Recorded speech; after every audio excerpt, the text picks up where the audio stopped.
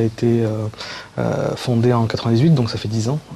Et donc on a commencé en surfant sur le succès de Verali, le premier. Donc on a commencé à faire Verali 2. C'est une société qui a commencé, on était 12, et aujourd'hui on est 120. De Verali 2, on est passé à Verali 3. Ensuite, on a eu une sorte de rupture où on s'est dit que ça serait quand même bien de se diversifier un tout petit peu. Parce que déjà à l'époque, moi j'avais en tout cas une grosse envie de faire autre chose que du racing, et j'avais aussi cette vision, en tout cas ce pressentiment que sortir de la voiture serait quelque chose d'intéressant, d'important. D'autres l'ont fait avant nous de toute façon, mais en gros c'était vraiment dans l'esprit de dire on va maîtriser l'action-aventure, on va maîtriser le racing, et peut-être qu'après on pourra faire un jeu qui mixera les deux. C'est pour ça qu'à l'époque on avait fait Kaya Dark Lineage. Donc l'histoire de Kaya était autour de ça, faire un jeu d'action-aventure, et après Kaya, on n'a pas fait le 2 parce que ça n'a pas marché, et en gros le but du jeu ça avait été de dire voilà, on a beaucoup investi dans l'action-aventure, qu'est-ce qu'on pourrait proposer de plus mature pour le marché. Et là on savait que la licence Alone in the Dark était disponible, et donc on a tenté notre chance et ils nous ont laissé faire.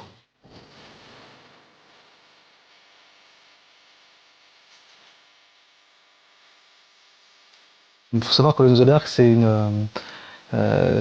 une licence mythique d'Atari, et qui sont très exigeants autour de cette licence-là. On devait être la 4e ou 5e équipe à tenter notre chance. Donc tenter sa chance, voulait pas dire sûrement finir le jeu et le sortir. Donc en gros, tenter sa chance, c'était de proposer d'abord un concept qui a bien plu, mais qui nous a pas garanti de la suite. Après, on a dû faire une sorte de prototype qui essaie de ce qu'on appelle nous le proof of concept, prouver un petit peu quelles étaient nos originalités. Donc à l'époque, il y avait déjà tout ce qui est lié à l'inventaire, il y avait un tout petit peu de parc, et tout ce qui est une ébauche du feu, on va dire. Donc déjà pour prouver un petit peu que ça pourrait être vraiment intéressant. Et donc quand ils ont vu la présentation, on a aussi fait quelques montages vidéo où on voit quasiment tout le premier épisode, mais avec du storyboarding et des éléments beaucoup moins finaux, mais qui donnaient une bonne impression sur ce que serait le jeu à la fin. Et donc ils ont vu ça et ils ont validé le projet. Il faut se resituer dans l'histoire, c'était en 2004. Resident 4 n'était pas sorti. Donc ça c'est vraiment très important. Nous, notre nouveauté c'était vraiment orienter, sortir un petit peu du survival horror, garder le mot survival, survivre, et survivre à tout prix, c'est quelque chose qui nous semblait très fort. Et donc en gros ce qu'on a fait c'est qu'on a fait une proposition dans ce sens, où on allait un petit peu estomper le côté horreur, faire un peu plus d'action, et surtout être en full 3D, pas de caméra fixe, avec une vraie interaction avec le personnage. Après la sortie de Resident 4, clairement c'était exactement la même direction dans laquelle ils étaient partis. Évidemment, on fait un jeu qui est la suite du jeu qui a inventé le genre survival horror, donc on se devait d'avoir des scènes comme ça, mais du début pareil, on a décidé de casser cette règle et de dire non, on va pas faire un survival horror. On va faire un survival action aventure. Parce que on était tous d'accord sur le fait que fallait pas chasser sur les terres de ceux qui avaient occupé le terrain pendant que l'eau n'était pas là, à savoir Silent Hill et Resident. Donc on voulait pas faire un truc trop shoot comme est devenu Resident, et on voulait pas faire un truc trop ambiance, glauque, qui repose vraiment sur ça, comme le fait Silent Hill. Et donc nous, ce qu'on a fait, c'est qu'on a encore plus poussé le côté action à ce moment-là. Et le côté action, le côté immersion du joueur. Et on a vraiment pris le mot survivre. Et on a essayé de l'appliquer vraiment à tous les éléments du jeu. Par exemple, il y a des véhicules dans le jeu, ce qui est assez nouveau. Et on a pris le véhicule en disant, il faut que ce soit plus qu'un véhicule qui nous amène d'un point A à un point B. C'est aussi un élément de survie. Donc qu'est-ce que ça veut dire? Ça veut dire qu'on pourrait s'en servir comme d'un bélier. On pourrait se servir des phares pour éclairer des zones un peu sombres qui nous seraient inaccessibles. En gros, du coup, le véhicule est devenu un objet à part entière. Et c'est finalement du véhicule qu'est née cette idée de dire tout ce qu'on voit dans le jeu est interactif. Et on va utiliser ça comme étant des éléments qu'on peut prendre, qu'on peut utiliser et s'en servir pour survivre à tout prix. Et donc en gros l'idée de l'environnement interactif, que tout est prenable, et si jamais c'est dans l'environnement, c'est interactif, ça venait de ce moment-là en fait.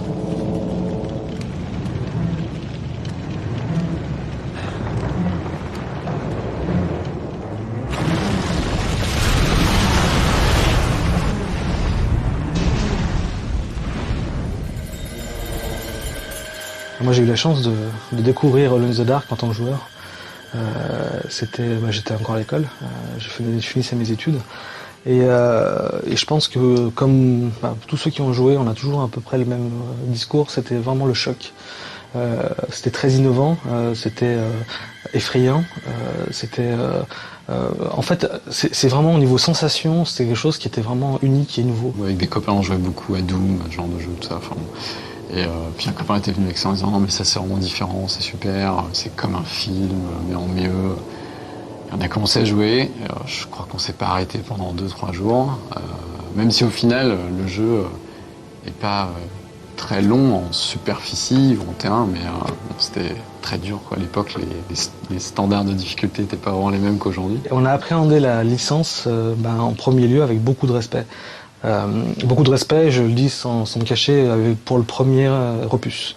Parce que je pense que c'est celui qui a vraiment apporté toutes les bases. Moi, je suis pas un spécialiste de l'histoire du jeu vidéo, mais en tout cas pour moi, c'est la première fois où j'ai ressenti de la mise en scène dans un jeu et où vraiment c'était la première fois où j'ai eu le flash en me disant peut-être que ça, en fait, un jour, ça va détrôner le cinéma parce que on peut avoir tout ce qu'on a dans le cinéma, on peut avoir de l'animation, du son, de la narration, de l'action, et en plus, on a cette interactivité qu'on n'aura jamais au cinéma.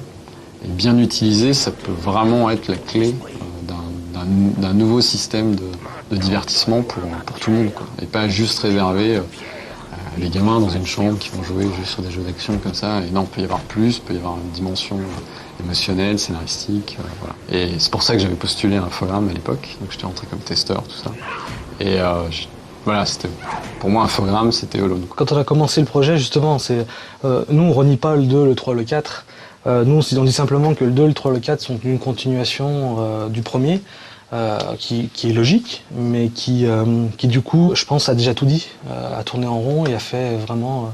Et moi, dans ce style-là, moi, j'avais rien de plus à raconter. On a abandonné la thématique de Lovecraft, tout ça, volontairement, parce qu'on a cherché pendant longtemps.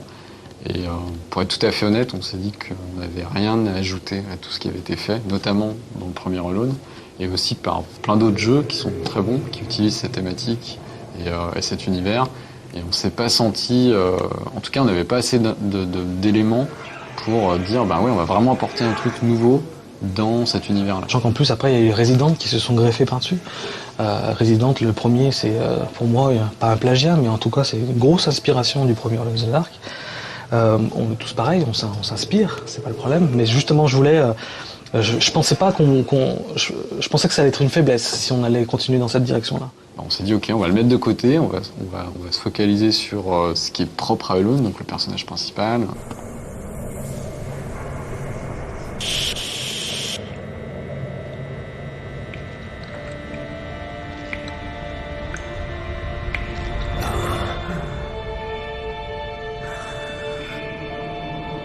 Nom de Dieu, mais qui je suis? Edward Carnby. Voilà, j'avais trop de respect, d'ailleurs j'ai choisi Edward Carnby, parce que vous savez que dans le premier Alone in the Dark, on pouvait choisir une fille et un garçon. Ceci dit, c'est toujours Edward Carnby qui ressort comme étant dans les esprits. Et donc moi c'est le personnage central, et justement je voulais l'amener chez nous.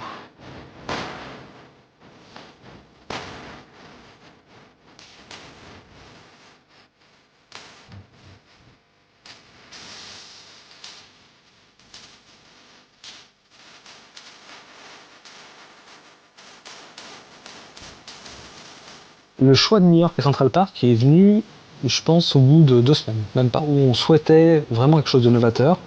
Donc moi, ce que j'avais décidé à l'époque, c'était de mettre Alone in the Dark dans les années 2007-2008, vraiment contemporain, pour qu'on puisse vraiment s'identifier au personnage, pour pouvoir proposer un lieu différent. Et ce lieu différent, justement, on recherchait. On a hésité beaucoup avec les catacombes de Paris, ce qui sera peut-être une proposition pour plus tard, mais on cherchait quelque chose de suffisamment différent pour proposer une histoire qui soit à la fois crédible et à la fois contemporaine. Donc pas quelque chose qui soit lié à des mythes, mais qui soit loin de nous. Donc en gros quelque chose qu'on puisse aussi s'approprier. Et j'ai mon lead game designer, Hervé Silva, qui avait fait ce voyage, peut-être 5-6 ans avant, 2004. Et il m'a fait part d'une remarque qu'il avait frappée à l'époque. C'était la première fois que j'allais aux États-Unis, à New York, et je suis tombé la première nuit sur Central Park. Il était arrivé, il avait atterri de nuit, et donc déjà il avait été frappé par ce rectangle noir au milieu d'une ville qui brille de mille feux. À New York, la nuit, c'est hyper agité, il y a plein de lumière partout, ça s'arrête jamais. Et c'était très tard, et d'un coup, on est tombé en face de Central Park.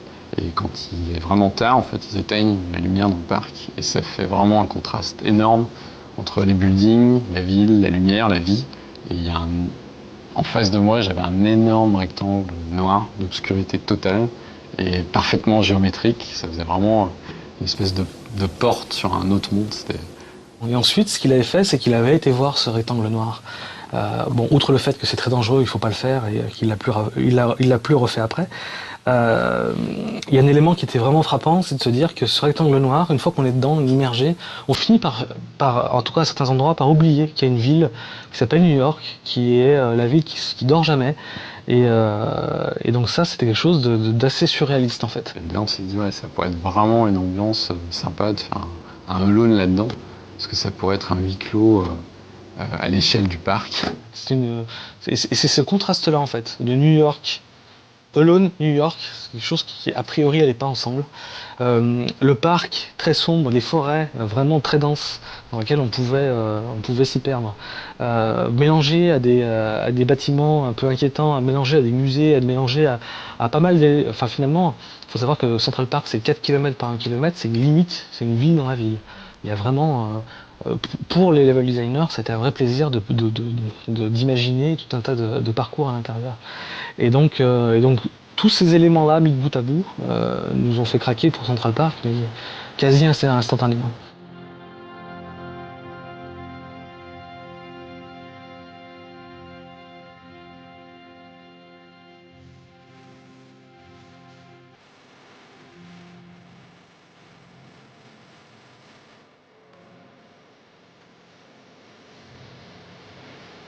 Alors au début, on pensait qu'on allait devoir inventer pas mal de légendes urbaines. On s'est dit, tiens, dans ce parc, on va imaginer pas mal de choses.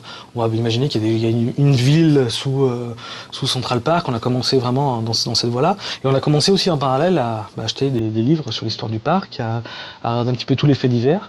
Et en fait, on se rend compte que si ce n'est vrai, en tout cas, il y a beaucoup de personnes qui le croient. Aujourd'hui, il y a beaucoup de légendes urbaines qui sont autour du parc et on s'en est inspiré, on s'est appuyé sur ces légendes urbaines et si elles existent en plus, c'est qu'il y a vraiment des recoins dans le parc qui sont à la fois inquiétants. Il faut savoir qu'il y a au-dessus du réservoir, les 2/3 ou 1/3 du parc en haut, il y a des zones qui sont vraiment très dangereuses.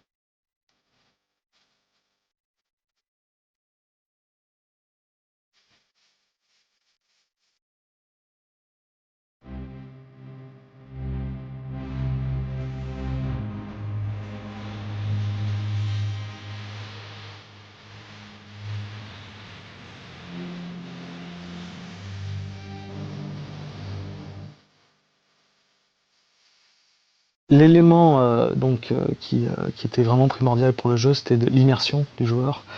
Et comme j'ai dit, je voulais vraiment me baser sur les règles réelles du monde. Et le problème, c'est que les joueurs, enfin les joueurs, j'en fais partie, on a été conditionnés depuis des décennies à jouer d'une certaine façon. Et il y a des éléments qui nous choquent plus aujourd'hui, qu'une porte ne se débloque qu'avec une petite clé, même si elle est en bois, mais qu'on est équipé d'un bazooka, mais qu'on puisse vraiment pas du tout l'ouvrir. Ça fait partie des règles, comme on a dit, du jeu, qui, pour moi en tout cas, devenaient rédhibitoires en immersion. C'est vraiment, ça fait ah oui d'accord, on est dans un jeu vidéo. Et donc ça fait partie des éléments qu'on a voulu vraiment changer. Aujourd'hui, dans Alone, c'est un exemple, il n'y a pas de porte qu'on ne puisse ouvrir. En tout cas, il y a la manière, peut-être à trouver la clé, même s'il n'y a pas beaucoup de clés, il me semble, en jeu quand même. Mais il y a toujours une autre manière d'ouvrir une porte.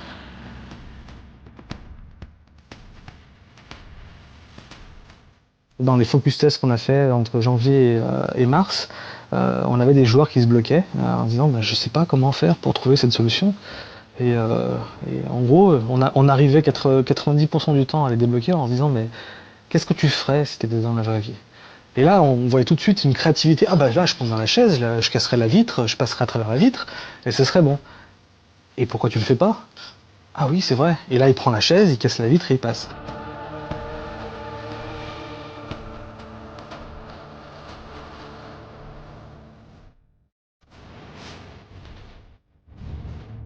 On a choisi le côté chapitrage et côté épisode plus pour la narration qu'autre chose. Tout ce qui est annexe, le fait de pouvoir passer d'un checkpoint, de pouvoir aller de chapitre en chapitre, c'est finalement venu après. Ce qui était vraiment important, c'était une question que moi je m'étais posée, c'était de se dire que la narration dans les jeux vidéo, ça n'a jamais été vraiment un point fort. Et donc en gros à l'équipe j'avais posé une question absurde mais qui à l'époque n'a pas trop résonné, c'est citez-moi des jeux où l'histoire est intéressante. Et il y en a eu quelques-uns évidemment, mais il n'y en a pas eu énormément. Dès le début en fait on a eu vraiment une réflexion sur le rythme, parce que ce qui moi me tenait à cœur vraiment du début, et David pareil, c'était d'avoir un rythme et une variété qui soit extrêmement riche.